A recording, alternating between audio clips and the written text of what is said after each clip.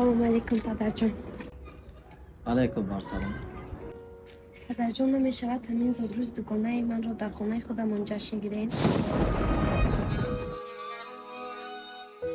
چرا در خانه خودشان نگو در خانه ما؟ برای آنکه پدرجان دکانه من پدر ندارد.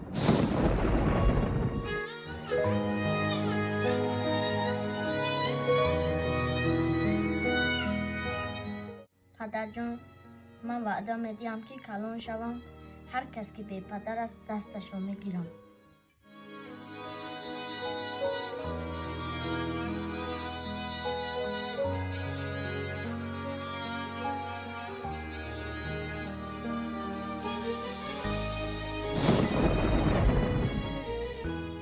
السلام علیکم.